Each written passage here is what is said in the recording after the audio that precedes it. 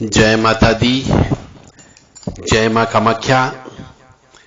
कामाख्ये वरदे देवी नीलपर्तवासिनी तम देवी जगत माता योनि मुद्रे नमस्तुते। कामाख्ये काम संपन्ने कामेश्वरी हर प्रिये काम नाम देहि में नित्यम कामेश्वरी नमस्तुते। काम दे काम रूपस्ते सुबगे सुर सेविते करोमि दर्शन देव्यम सर कामार सिद्धयेत। ओम महेशानी महामाये चामुंडे मुंडमालिनी आयु आरोग्य ऐश्वर्य देहि में देवी परमेश्वरी। ओम जयंती मंगला काली भद्रकाली कपालिनी दुर्गा क्षमा शिवा धात्री स्वाहा सदा नमस्तुते। ओम सर्वमंगल मांगल्ये शिवे सर्वासादिके शरण्ये त्र्यंबके गौरी नारायणी नमस्तुते। दुर्गति नाशिनी दुर्गा जय जय, काल विनाशिनी काली जय जय, उमा रमा ब्रह्माणी जय जय, सीता राधा रुक्मणी जय जय। महालक्ष्मी नमस्तुभ्यम नमस्तुभ्यम सुरेश्वरी हरि प्रिये नमस्तुभ्यम नमस्तुभ्यम दयानिधि। काली काली महाकाली काली के पाप नाशिनी खड़ग हस्ते मुंड हस्ते काली काली नमस्तुते। काली काली महाकाली काली के परमेश्वरी सर्वानंद करी देवी नारायणी नमस्तुते। ओम लीं दुर्गाय नमः। नीरहार हार धनुसार सुधाकरं भा कल्याणं दाकनक चंपक दाम्बुशाम उतुंग बिनिगुजुगुम्ब मनोहरांगी वाणी नमामि मनसा वत्सा विभूते। ओम ऐं सरस्वत्यै नमः। या जल जल प्रज्वल अग्नि रूपाय ओम हौं ह्रीं सिं ज्वाला देवी नमो नमः। ओम भूर्भुवः स्वः तत्सवितुर्वरेण्यं भर्गो देवस्य धीमहि धियो यो नः प्रचोदयात्। ओम हौं जूं सः ओम भूर्भुवः स्वः। ओम त्र्यंबकं यजामहे सुगंधिं पुष्टिवर्धनम् उर्वारुक्मिः बन्धनान् मृत्योर्मुक्षीमामृतात्। ओम स्वः भुवः भू ओम सः जूं हौं ओम। ओम बम भैरवाय नमः। ओम शं शनीश्वराय नमः। हम हनुमते नमः। देव राधा ट्रस्ट की तरफ से सत्यवाणी की प्रस्तुति। मनुष्य अपने पुत्र एवं पुत्रियों से परेशान क्यों रहता है? आज इस रहस्यमय ज्ञान की दुनिया में हम आपको ले जा रहे हैं। जीवन की सच्चाई से रूबरू कराता हुआ यह हमारा प्रवचन है। सत्यवाणी चैनल है जो हमेशा सत्य की बात करता है। यदि मनुष्य इस सत्यवाणी चैनल को सुन ले, केवल बार बार सुन ले, तो शायद उसके पिछले जन्म के पाप कर्म भी कट सकते हैं, वो प्रयास करे तो, और उसके कष्ट भी कम हो सकते हैं यदि वो अपने आप को बदल ले तो आज हमारे सामने एक ऐसी व्यवस्था उत्पन्न हुई, एक ऐसा केस आया हमारे सामने कि हमारे जवान लड़के लड़कियां हमारे हाथ से फिसल गए। तो क्यों आपके लड़के एक अपने पिता की बात क्यों नहीं सुनते? एक लड़की अपने मां की बात क्यों नहीं सुनती? और एक जवान लड़की अपने मां को गाली देने लग जाए? या फिर एक जवान बेटा अपने बाप के ऊपर हाथ उठाने लग जाए? या फिर एक जवान बेटी मां बाप का कहना नहीं माने? तो इसके पीछे क्या कारण है? आध्यात्मिक कारण, धार्मिक कारण इसके पीछे लगा हुआ है। कि सबसे पहला कारण तो आध्यात्मिक कारण यह होता है कि यदि बच्चे के या लड़की के या लड़के के जन्म पत्रिका में पितृदोष यदि बैठा हुआ होगा, मातृ दोष यदि बैठा हुआ होगा, ग्रहण के दिन जन्म उत्पन्न हुई होगी, तो वह लड़की अपने माता पिता का कहना नहीं मानेगी। और ऐसे ही लड़के के बारे में है कि यदि लड़के का जन्म पितृदोष की अवस्था में हुआ है तो वह लड़का अपने पिता का कहना नहीं मानता, अपनी मर्जी से चलता है। तो ऐसे मनुष्यों को चाहिए, माता पिता को चाहिए कि जब बच्चा उत्पन्न होता है और जैसे ही पता लगता है कि पितृदोष की उत्पत्ति है इसके जीवन में, ये गंड मूल में उत्पन्न हुआ है, तो तभी से ही प्रारंभिक अवस्था से ही पितृदोष की शांति कराते रहना चाहिए, ताकि एक समय आने पर पितृ प्रसन्न हो जाते हैं और वह लड़का अपने पिता का कहना मानने लगता है। परंतु आप ज्योतिष शास्त्र को नहीं मानते। आप बच्चे से बोलते हो कर्म करो, पढ़ाई करो, पैसा कमाना है, तुम्हें सर्विस करना है, बड़ा आदमी बनना है, और पूजा पाठ की ओर बिल्कुल भी ध्यान नहीं देते हो। इसलिए आप लोगों के यहां पर यह वाली परिस्थिति उत्पन्न हो जाती है। पहला कारण तो पितृदोष हो गया। अब दूसरा कारण, यदि आप ऐसा पैसा कमाते हो जो किसी की हाय लेकर के आप पैसा लेते हो, किसी की बद्दुआ लेकर के पैसा कमाते हो, किसी की आत्मा को तड़पा करके पैसा कमाते हो, तो वह पैसा जब बच्चे लोग भोग करते हैं, बच्चियां उस पैसे का भोग करती है, आपकी धर्म पत्नी उस पैसे का भोग करती है, यानी कि ऐश आराम अय्याशी करती है, तो भी आपकी लड़की और आपकी पत्नी आपका कहना नहीं मानेंगे, क्योंकि आपने किसी उस पैसे से बहुत सी बद्दुआएं ले रखी, बहुत सी हाय ले रखी है।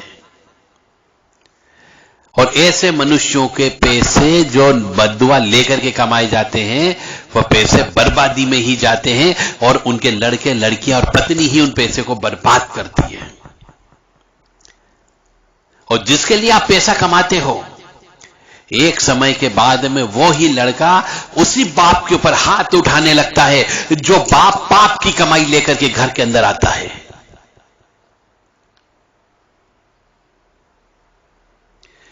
इसलिए हाय का पैसा मत कमाओ, बद्दुआ का पैसा मत कमाओ, किसी का दिल दुखा करके पैसा मत लो, अन्यथा आपके जीवन में भी बद्दुआ तो मिलेगी ही मिलेगी। दुआ कमाओ। आप सोचते होंगे कि मैं रोज 2-4 हजार रुपए घर लेकर के जा रहा हूं बीवी बच्चों के लिए, उससे मकान बन रहा है, उससे वो इंजीनियरिंग की पढ़ाई कर रहा है, लड़की डॉक्टरी की पढ़ाई कर रही है। अरे वो वहां पढ़ाई तो कर रहे हैं, साथ में कितने गुलछर्र उड़ा रहे, कितने पाप कर्म कर रहे हैं तुमको नहीं मालूम। और हो सकता है एक समय के बाद में हाय बद्दुआ का घड़ा जब भर जाता है, जिसको हम कहते हैं पाप का घड़ा भर जाता है, तो वो ही जवान लड़के लड़कियां आत्महत्या कर लेते हैं। मानसिक पागलपन हो जाता है, शराब पीने लगते हैं, अनाप शनाप चीजें खाने लगते हैं, ड्रग एडिक्ट्स हो जाते हैं, नशे की लत बढ़ जाती है। और आप समझते नहीं हो कि ऐसा क्यों हो गया। इसलिए बद्दुआ का पैसा मत कमाओ, हाय का पैसा मत लो, और गरीब का पैसा तो बिल्कुल मत खाओ। और गरीब की मजदूरी यदि आपने खा ली है, गरीब की मेहनत का पैसा खा लिया है, तो फिर मान करके चलना निश्चित तौर से घर के अंदर जो लड़का या लड़की होंगे वो माता पिता को परेशान अवश्य करेंगे ही करेंगे। हो सकता है विवाह होने के बाद में लड़के की मौत हो जाए और आपके घर में जवान बहू एक बच्चा लेकर के आपके घर में आपके सिर के ऊपर मूंग उदलने लग जाए। ये सब प्रैक्टिकल देखा हुआ बात कर रहा हूं मैं आपके सामने। या ये भी हो सकता है कि लड़की का विवाह आप करते हो धूमधाम से, उस हाय और पाप की कमाई से, परंतु वो लड़की एक बच्चा या एक बच्ची लेकर के वापिस आपके घर पे आ जाती है, तलाक हो जाता है, पति उसको छोड़ देता है। ये सब हाय बद्दुआ की वजह से होता है। किसी की आत्मा को दुखा करके लिए गया पैसा इसी प्रकार से बर्बाद होता है। जिंदगी में भगवान से आप बहुत माफी मांगते हो, पर भगवान माफ नहीं करता है, क्योंकि ईश्वर कहता है मैंने कुछ किया ही नहीं। जो कर्म तुमने किया, जैसा खेत बोया है वैसा ही तो मैं तुम्हें फल दूंगा। जैसा कर्म करोगे वैसा फल मिलेगा, ये तो ईश्वर कहता ही है। इसलिए उतना ही कमाओ जितनी आवश्यकता हो, उतना ही लो जितना आप खर्च कर सकते हो, परंतु किसी के दिल दुखा करके पैसा मत लेना और झूठ बोल करके पैसा मत कमाओ। वो पाप की कमाई होगी। बोल करके पैसा लो, यदि वो दे सकता हो तो देगा, नहीं तो कोई बात नहीं, परंतु कम से कम उसका दिल तो नहीं दुखेगा।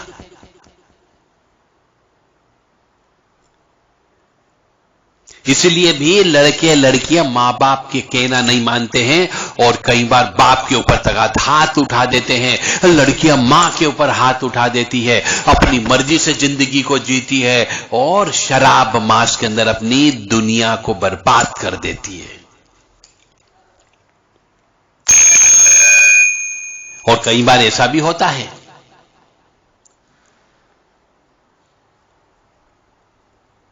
कि ऐसे बच्चे, ऐसे मनुष्यों के बच्चे जो हाय और पाप की कमाई कमाते हैं, उनके बच्चे उन्हीं के ऊपर भयंकर बोझ की उत्पत्ति कर देते हैं। मतलब माता पिता को तिल तिल तिल करके मारने के लिए, मरने के लिए मजबूर हो जाते हैं। यह भी सिर्फ पाप की कमाई की वजह से होता है। अरे आटे में नमक उतना खा लो, परंतु नमक में आटा मत मिलाओ। तीसरा कारण आपको बताने जा रहा हूं जिसकी वजह से बच्चे माता पिता का कहना नहीं मानते हैं। यदि आपने किसी ऐसे निर्वंशी की जमीन खरीद ली जिसके बच्चे पैदा नहीं हुए थे, यदि आपने किसी निर्वंशी का मकान खरीद लिया औने पौने को कौड़ी के दाम पर, यदि आपने ऐसे व्यक्ति का मकान खरीद लिया जिसने बहुत मेहनत करके मकान बनाया था, परंतु किसी मजबूरी की वजह से और वो कौड़ी के भाव में आपको बेच करके चला गया हो, तो उसकी आत्मा आपके बच्चों को सही तरीके से नहीं रहने देती है। यदि आपने किसी दूसरे की निर्वंशी की भूमि पर कब्जा कर लिया, तो भी आपके बच्चे, आपका परिवार सुखी नहीं रह सकता है। इसलिए निर्वंशी जिसके बच्चे पैदा ना हो, ऐसे की जमीन जायदाद को कभी मत खरीदो, चाहे वो कौड़ी के भाव में देता हो। और ऐसे की भी जायदाद मत खरीदो जिसका एक जवानी में एक्सीडेंट में मौत हो गई हो, जिसने सुसाइड कर लिया हो, जिसने जहर खा करके आत्महत्या कर ली हो, या फिर जिसको सांप ने काट करके मर गया हो, या फिर पानी में डूब करके मर गया हो। ऐसे मनुष्य की जमीन जायदाद को भी कभी मत खरीदो। आप सोचते हैं सस्ते में मिल रही है, खरीद लेते हैं, परंतु ऊपर वाला जरूर देख रहा है, वो परम पिता परमात्मा परमेश्वर अवश्य देख रहा है, वो सजा अवश्य मिलेगी। आप कहोगे हमने तो पैसा देकर के खरीदा है, परंतु उस व्यक्ति की आत्मा जिसके बच्चे पैदा नहीं हुए थे, वो आत्मा उनके जो मेहनत के पैसे से जो उन्होंने मकान बनाया, जमीन खरीदी, वो यदि आप ले लेते हो तो उनकी आत्मा आपके परिवार को सुखी नहीं रहने देती है। तो जिनकी मौत जवानी में हो जाती है, अतृप्त आत्मा के रूप में हो जाती, उनका मकान कभी भी मत खरीदो। और एक और कारण है कि यदि आपको भगवान ने सुखी रखा है, यदि भगवान ने आपको कमाने का जरिया अच्छा रखा है, परंतु आप भगवान के निमित्त न तो हवन कराते हो, न पूजन कराते हो, न दान धर्म करते हो, तो भी भगवान आपके बच्चों को सुखी नहीं रख सकता। क्योंकि आप भगवान को भूल गए हो। तो भगवान कहता मैं हूं ये याद कराने के लिए तेरे को कष्ट देता हूं। इसीलिए एक पिता के ऊपर यदि एक लड़का हाथ उठा दे तो उससे बड़ी उसकी कोई बेइज्जती नहीं होती है, उससे बड़ा उसके ऊपर कोई पहाड़ टूटना नहीं होता है। उसको चुल्लू भर पानी में डूब मरना चाहिए, ऐसा ईश्वर का शाप लगता है।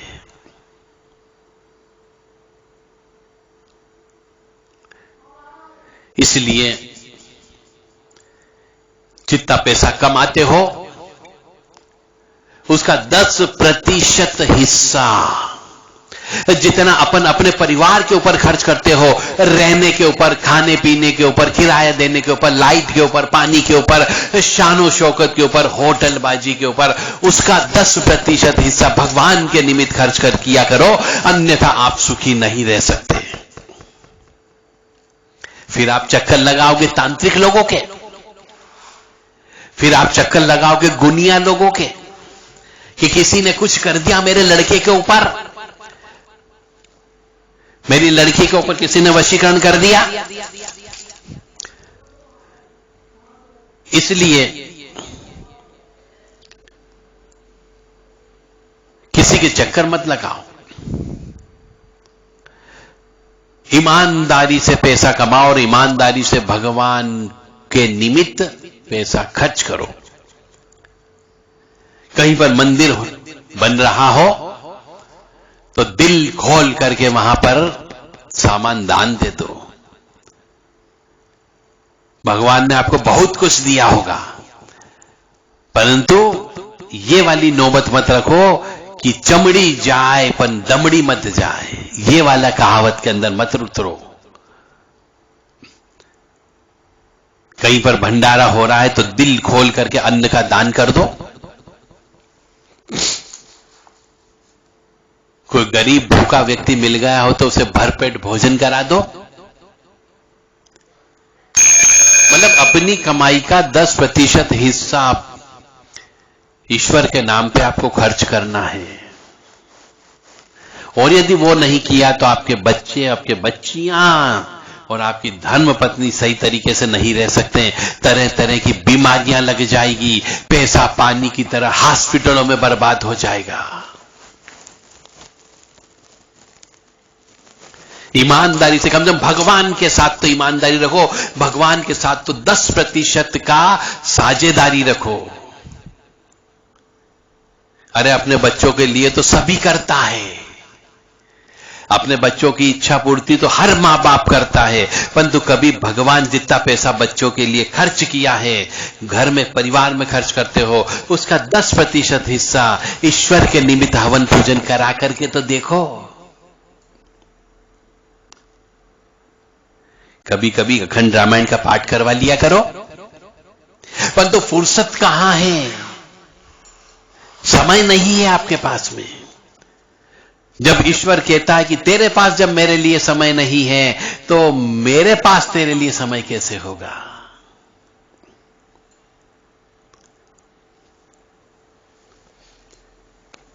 कम से कम 24 घंटे भगवान ने आपको दिए हैं। इस 24 घंटे में 10वां हिस्सा यानी कि 2 घंटा 40 मिनट का समय आपके लिए दिया जा रहा है। ये 2 घंटे 40 मिनट आप भगवान का नाम नहीं ले सकते।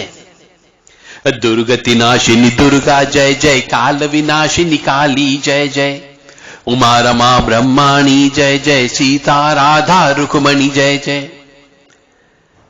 ये बोलने में क्या जा रहा है? कुछ नहीं जा रहा, सिर्फ आनंद प्राप्त होता है। परंतु आपको आनंद कहां प्राप्त होता है? शराब पीने में। आपको आनंद प्राप्त होता है मुर्गा खाने में, आपको आनंद प्राप्त होता है मीट खाने में, परंतु ईश्वर का नाम नहीं ले सकते। और जब अचानक लड़के की मौत हो जाती है, क्योंकि ईश्वर का डंडा जब पड़ता है तो वह दिखता नहीं है, सिर्फ आवाज भी नहीं होती है, सिर्फ अनुभव होता है।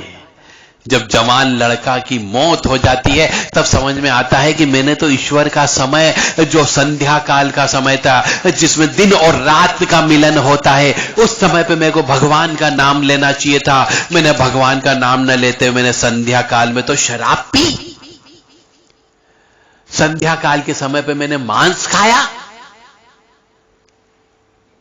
तब समझ में आएगा जब वो एक आपके जीवन का एक चित्र को खींच लेता है। जब जवान लड़की विधवा होकर के आपके घर पे आ जाती है, एक मां बाप के लिए उनके सीने पर इससे बड़ा बोझ कोई नहीं होता है। सोचो कि जवान लड़की विधवा होकर के क्यों आ गई, विचार करना। और यदि विचार नहीं कर सकते तो फिर किसी के ऊपर इल्जाम मत लगाना कि साहब प्रेत लग गया, कोई भूत प्रेत लग गया, किसी ने कोई जादू टोना कर दिया, फेरे के समय पे किसी ने कुछ कर दिया था इसलिए लड़की विधवा होकर वापस आ गई।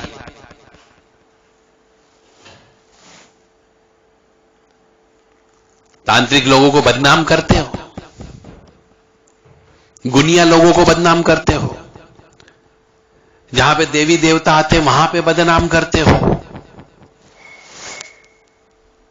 और दोष अपने स्वयं के अंदर दोष होता है।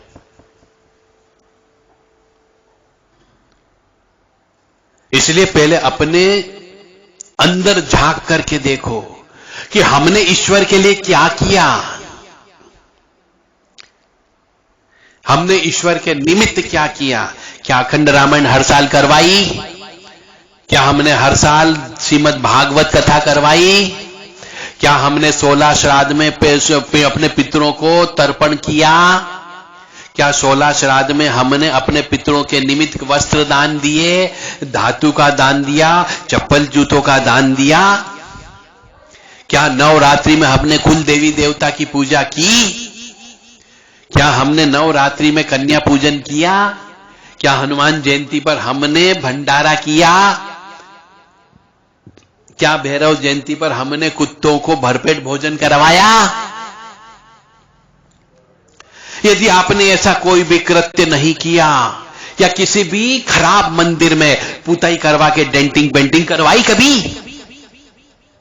और यदि नहीं करवाइए तो भूल जाओ कि आप अपनी इस कलयुग के अंदर सुखी रह सकते हो,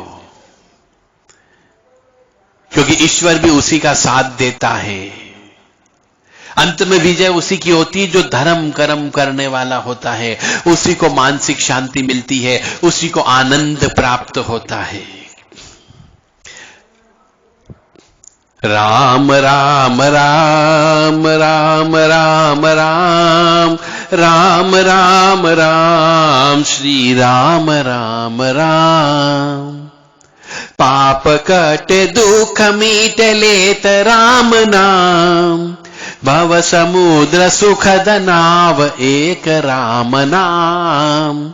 राम राम राम राम राम राम राम राम राम श्री राम राम राम। अरे कितनी बार आपने श्री राम जय जय राम जपा होगा? क्या सुबह ब्रह्म जाते हो? और उड़ जाते हो तो क्या करते हो? क्या कभी ब्रह्म मुहूर्त में उठ करके श्री राम जय जय राम जप किया? अरे कहीं पर कभी सुंदर कांड हो रहा हो तो वहां पे बैठ करके कभी ताली बजाई? शर्म आती है। पुरानी विचारधारा वाले हो गए हैं, इसलिए कौन सुंदरकांड में बैठेगा, कौन ताली बजाएगा, कौन श्री राम जय जय राम बोलेगा? तो आपको कष्ट तो भुगतना पड़ेगा। फिर उसके लिए न कोई तांत्रिक कुछ कर सकता है, न कोई सिद्ध पुरुष कुछ कर सकता है, न ओघड़ कर सकता है, न घोरी कर सकता है, क्योंकि अपने कर्मों का फल तो भोगना पड़ेगा। यदि आपने अपने किसी रिश्तेदार की जमीन जायदाद को भी हड़पा, यदि आपने अपने माता पिता से मिलकर के या छल करके जैसे भी हो अपने भाई की संपत्ति को हड़पा होगा, बहनों की संपत्ति को हड़पा होगा, तो निश्चित तौर से आपके बच्चे कभी भी खुश नहीं रह सकते और न ही कभी उनके जीवन में आनंद आ सकता है। जब तक कि वो संपत्ति दूसरों की आपके पास रहेगी तब तक उनके जीवन में खुशियां नहीं आ सकती। हड़प लो दूसरों की संपत्ति और जिंदगी भर क्लेश में जीने के लिए तैयार हो जाओ, अशांति में जीने के लिए तैयार हो जाओ, दुख दरिद्रता में जीने के लिए तैयार हो जाओ, और हो सकता है आपको अपने जीवन में आपकी धर्म पत्नी रास्ते में ही छोड़ करके स्वर्ग सिधार सकती है ताकि जिंदगी आप अकेले जी सको।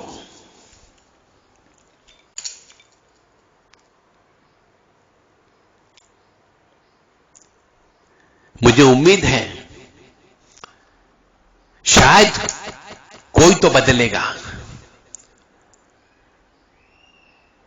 निश्चित तौर से बदलेंगे। अपने अंदर की आत्मा में झांक करके देखो, अपने इस अंतरात्मा से पूछो कि मैंने क्या क्या अभी तक पाप कर्म कर दिए।